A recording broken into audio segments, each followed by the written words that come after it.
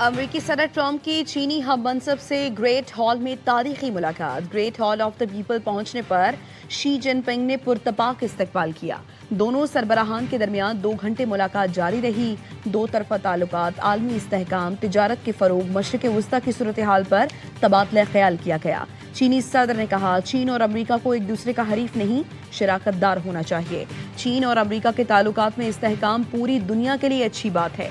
صدر ٹرمپ نے شی جن پنگ کو عظیم دوست قرار دیا، کہا دونوں سپر پاورز کا مستقبل ایک ساتھ شاندار ہوگا۔ آپ سے ملاقات اور دوست ہونا میرے لیے اعزاز کی بات ہے۔ اب امریکہ اور چین کے درمیان تعلقات پہلے سے کہیں بہتر ہوں گے۔ چینی صدر شی جن پنگ نے امریکی کاروباری رہنماؤں سے بھی ملاقات کی۔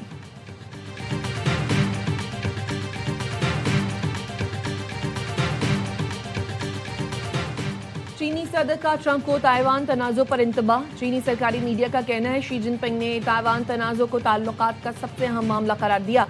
کہا تائیوان کی آزادی اور امن ایک ساتھ نہیں چل سکتے۔ تجارتی جنگ میں کوئی فاتح نہیں۔ تائیوان کے مسئلے کو درست طریقے سے نہ سنبھالا تو دونوں ملکوں میں تصادم ہوگا۔ اس مسئلے کا بہتر حل ہی چین امریکہ تعلقات میں استحکام کی ضمانت دے سکتا ہے۔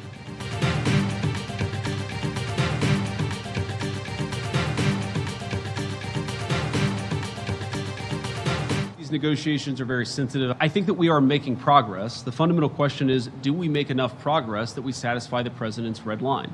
And the red line is very simple. He needs to feel confident that we've put a number of protections in place such that Iran will never have a nuclear weapon. Iran کے ساتھ کشیدگی ختم کرنے کے لیے مذاکرات میں پیش رفت ہو رہی ہے۔ امریکی صدر کی ریڈ لائن بہت سادہ ہے۔ وہ چاہتے ہیں ہم ایسی حفاظتی اقدامات کر لیں جن کے نتیجے میں ایران کبھی ایٹمی ہتھیار حاصل نہ کر سکے۔ امریکی نائب صدر جیری وینس کہتے ہیں بنیادی سوال یہ ہے کیا مذاکرات میں اتنی پیش رفت ہوتی ہے یا نہیں کہ صدر ٹرمپ کی ریڈ لائن کو مطمئن کیا جا سکے۔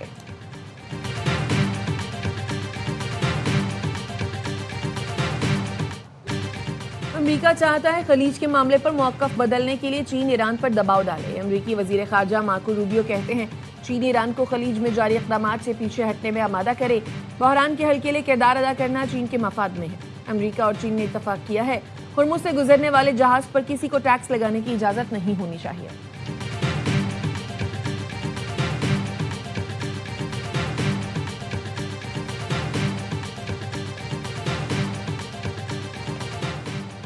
اسرائیل کے ساتھ گٹھ جوڑ ناقابل معافی جرم ہے۔ اسرائیل کے ساتھ مل کر تقسیم کا بیج بونے والوں سے حساب لیا جائے گا۔ ایرانی وزیر خارجہ عباس عراقچی کا اسرائیل اور اس کے سہولت کاروں کو انتباہ۔ ایکس پر لکھا عظیم ایرانی عوام سے دشمنی احمقانہ جوا ہے۔ نیتن یاہو جو آج بتا رہا ہے ایرانی فوج بہت پہلے سے آگاہ تھی۔ ایران کے اقوام متحدہ میں مشن نے امریکی حمایت یافتہ مجوزہ قرارداد کو مسترد کر دیا۔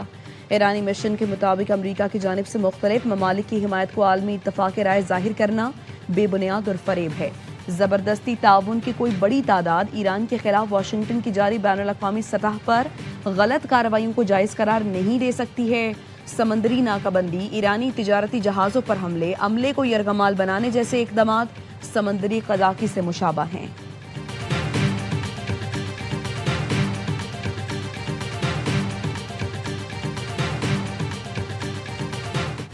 متحدہ عرب امارات کی اسرائیلی وزیر اعظم کے دورے سے متعلق خبروں کی تردید۔ اسرائیلی فوجی وفد کے استقبال کی اطلاعات کو بے بنیاد قرار دے دیا۔ یو اے ای وزارت خارجہ نے کہا اسرائیل سے تعلقات اعلانیہ اور واضح فریم ورک کے تحت ہے۔ خفیہ ملاقاتوں یا غیر اعلانیہ انتظامات سے متعلق دعووں میں کوئی صداقت نہیں۔ کسی بھی دورے یا سرکاری سرگرمی کی تصدیق صرف متعلقہ حکام ہی کر سکتے ہیں۔ میڈیا غیر مصدقہ معلومات کے پھیلاؤ سے گریز کرے۔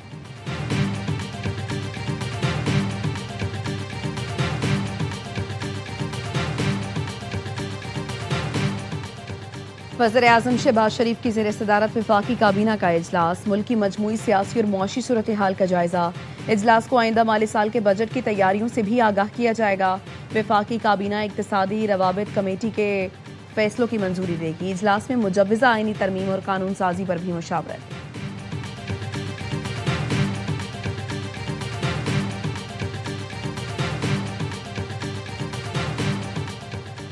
پاکستان فعال سفارتکاری کے لیے پرعزم۔ علاقائی سفیروں کی کانفرنس آج سے 18 مئی تک اسلام آباد میں ہوگی۔ نائب وزیر اعظم اسحاق ڈار کہتے ہیں کانفرنس میں علاقائی اور عالمی پیش رفت کا جائزہ لیا جائے گا۔ برادر ممالک کے ساتھ پاکستان کے 2 طرفہ تعلقات کا جائزہ لیا جائے گا۔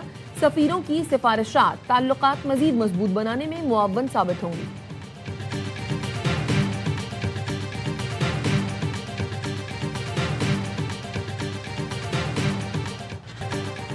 کوکین ڈیلر انمول اور پنکی کی جانب سے اپنے کسٹمر کو بھیجے گئے مزید پیغامات سامنے آ گئے۔ پیغامات میں کسٹمرز کو الگ الگ اکاؤنٹ کی تفصیلات بھی ARY نیوز نے حاصل کر لی۔ آڈیو میں پنکی کی جانب سے کسٹمر کو منشیات کی فروخت سے متعلق جوابات دیے گئے۔ کوکین بیچنے کے لیے 25,000 روپے کے اسٹف کی تعریفیں کی گئی۔ انمول پنکی نے کہا لینا ہے تو 25,000 والا لیں، ایسا اسٹف پہلے کبھی نہیں آیا، آپ کو گولڈن اسٹف بھجوا رہی ہوں۔ لڑکے کا نمبر بھیج دیا، اس سے اکاؤنٹ نمبر لے کر رقم منتقل کریں۔ کوکین ڈیلر انمول اور پنکی کا کرمنل ریکارڈ سامنے آ گیا۔ پنکی کو پروٹوکول میں عدالت میں پیش کرنے کا الزام، انکوائری کمیٹی نے 3 پولیس افسران کو آج طلب کر لیا۔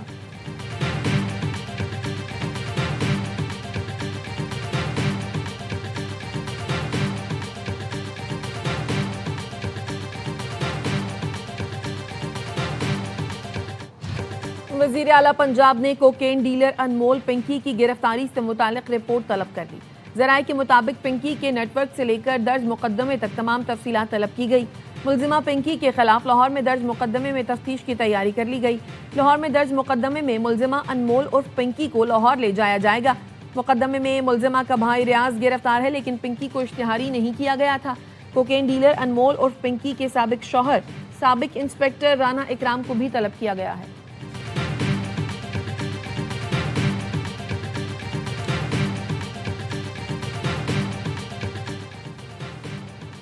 کوئین کے بعد ملکہ بھی پکڑی گئی۔ کراچی پولیس نے ایک اور مطلوب منشیات فروش پکڑ لی۔ قائد آباد پولیس کی خفیہ اطلاع پر بڑی کارروائی، ملزمہ نرگس اور ملکہ گرفتار۔ 60 لاکھ سے زائد مالیت کی 35 کلو سے زائد چرس برآمد۔ ملزمہ اندرون سندھ سمیت شہر کے مختلف پوش علاقوں میں منشیات سپلائی کرتی تھی۔ ملزمہ کے ساتھیوں کی گرفتاری کے لیے چھاپے مارے جا رہے ہیں۔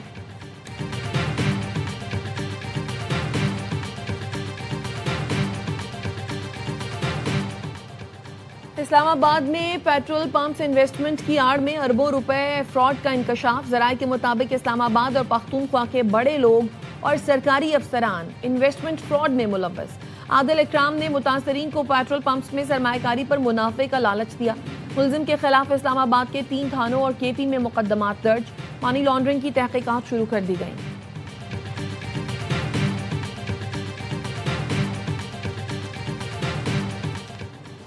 اسلام آباد ہائی کورٹ نے بشریٰ بی بی سے فیملی اور ذاتی معالج کی ملاقات کی درخواست پر فیصلہ محفوظ کر لیا۔ وکیل سلمان اکرم راجہ نے دلائل میں کہا ان کا سارا کیس یہ ہے، مریم بٹو کے کچھ ٹویٹس ہیں، اس فرد سے ملاقات نہیں کرنے دے رہے۔ انہوں نے مریم ریاض بٹو کا ٹویٹ لگایا، وہ خاتون تو پاکستان میں بھی نہیں ہیں۔ جسٹس ارباب محمد طاہر نے ریمارکس دیے، اگر ان کا کوئی تعلق نہیں ہے تو ان کے ٹویٹ پڑھنے کی ضرورت نہیں۔ سلمان اکرم راجہ نے کہا خلاف ورزی ہو تب بھی یہ ملاقات پر اس طرح پابندی نہیں لگا سکتے۔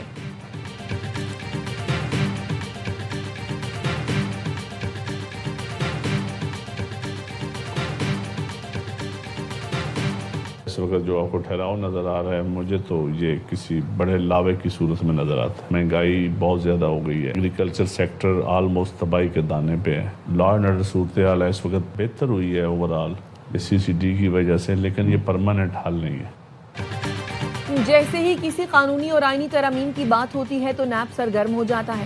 ہر ضلع میں افسران غائب ہوئے پھر بیانات دے کر واپس آئے۔ پیپلز پارٹی کے ترجمان ندیم افضل چند کہتے ہیں یہ نظام پیپلز پارٹی کے بغیر نہیں چل سکتا۔ اس سال بانی PTI کی رہائی ہو جانی ہے۔ جو سکون چل رہا ہے کسی بڑے لاوے کی صورت نظر آتا ہے۔ مہنگائی، بے روزگاری بڑھ گئی، زراعت تباہی کے دہانے پر ہے۔ CCD سے عام بہتر ہوا لیکن یہ مستقل حل نہیں، اس سے مسائل ہو رہے ہیں۔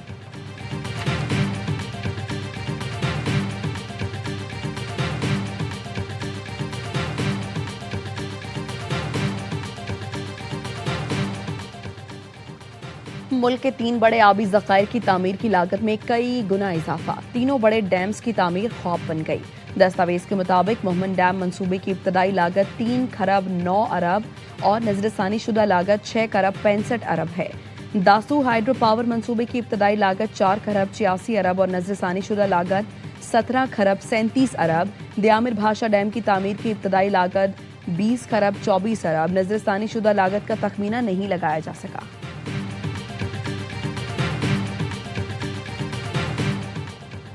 گوادر یونیورسٹی کے وائس چانسلر اور پرو وائس چانسلر لاپتہ ہو گئے. ڈاکٹر عبد الرزاق صابر اور ڈاکٹر سید منظور احمد سرکاری گاڑی میں کوئٹہ جا رہے تھے. ذرائع کا دعویٰ ہے دونوں کو مستونگ میں اغوا کیا گیا. ڈپٹی کمشنر مستونگ کا کہنا ہے اہل خانہ سے رابطے میں ہیں. دونوں افسران کی تلاش جاری ہے.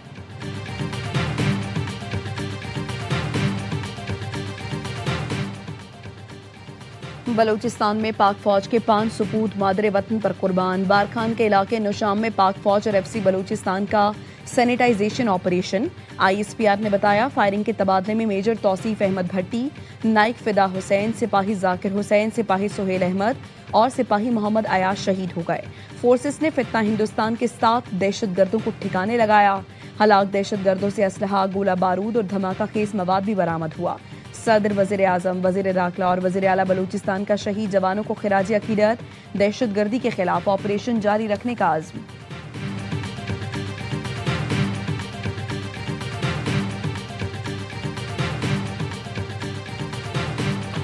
ہر قیمت پہ اسی بجٹ میں جو 2026-27 کا بجٹ ہوگا ان کو اسی بجٹ میں آپ نے حل کرنا ہے. NFC جو ہے وہ ایک ایسا ایشو ہے کہ جس کے اوپر ڈسکشن جو ہے وہ کافی عرصہ سے جو ہے وہ چل رہی ہے. صدر زرداری اور وزیر اعظم کی حالیہ ملاقات میں NFC زیر بحث آیا. پانی، دفاع اور قرضوں کی ادائیگی کے خرچے اسی بجٹ سے نکالے جائیں گے چاہے اس کے لیے NFC کو چھیڑنا پڑے. وزیر اعظم کے سیاسی مشیر رانا ثناء اللہ کی پروگرام خبر میں گفتگو. کہا بھارت کی بڑھتی جارحیت کے خلاف فنڈز چاہیے. پاکستان کی واٹر سیکیورٹی اور دفاع کے فنڈز ناگزیر ہو چکے.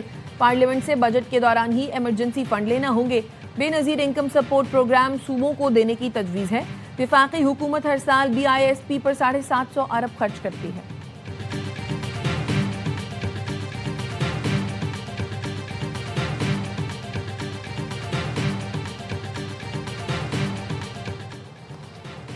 وزیر خزانہ محمد اورنگزیب کا پاکستان کے پہلے پانڈا بانڈ کے اجرا کے لیے چین کا دورہ. وزیر خزانہ بیجنگ میں پانڈا بانڈ اجرا کی تقریب میں شرکت کریں گے. وزارت خزانہ کا کہنا ہے پاکستان پہلی بار پانڈا بانڈ کے ذریعے چینی سرمایہ مارکیٹ تک رسائی حاصل کرے گا. ابتدائی پانڈا بانڈ کا اجرا $250 ملین امریکی ڈالر کے مساوی ہوگا.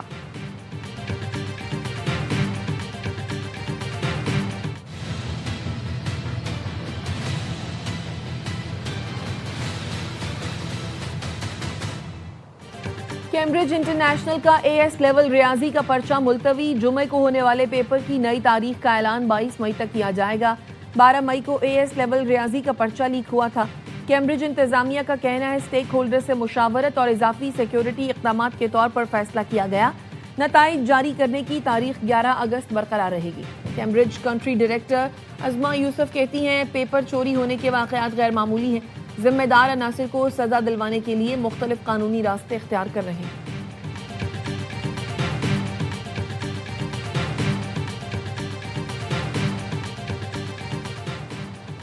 ظاہر پیر میں موچی والا کے قریب بس کی موٹر سائیکل کو ٹکر. حادثے میں 2 خواتین جاں بحق، 1 شخص زخمی. گھوٹک میں گلو پتافی کے قریب رکشہ نہر میں گر گیا. بچے سمیت 2 افراد جان سے گئے، 1 بچہ زخمی ہو گیا.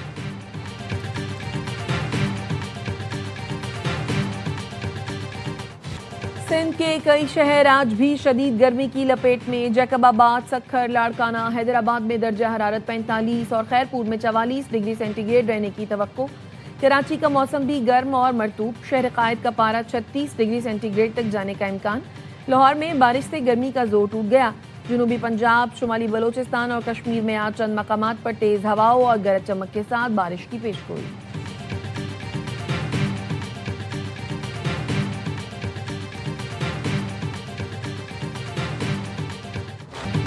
اور انکل سرگم کے خالق فاروق قیصر کو دنیا سے گزرے 5 برس بیت گئے. فاروق قیصر نے پتلی تماشا، کارٹون اور بچوں کے ادب کے فروغ کے لیے نمایاں خدمات انجام دی.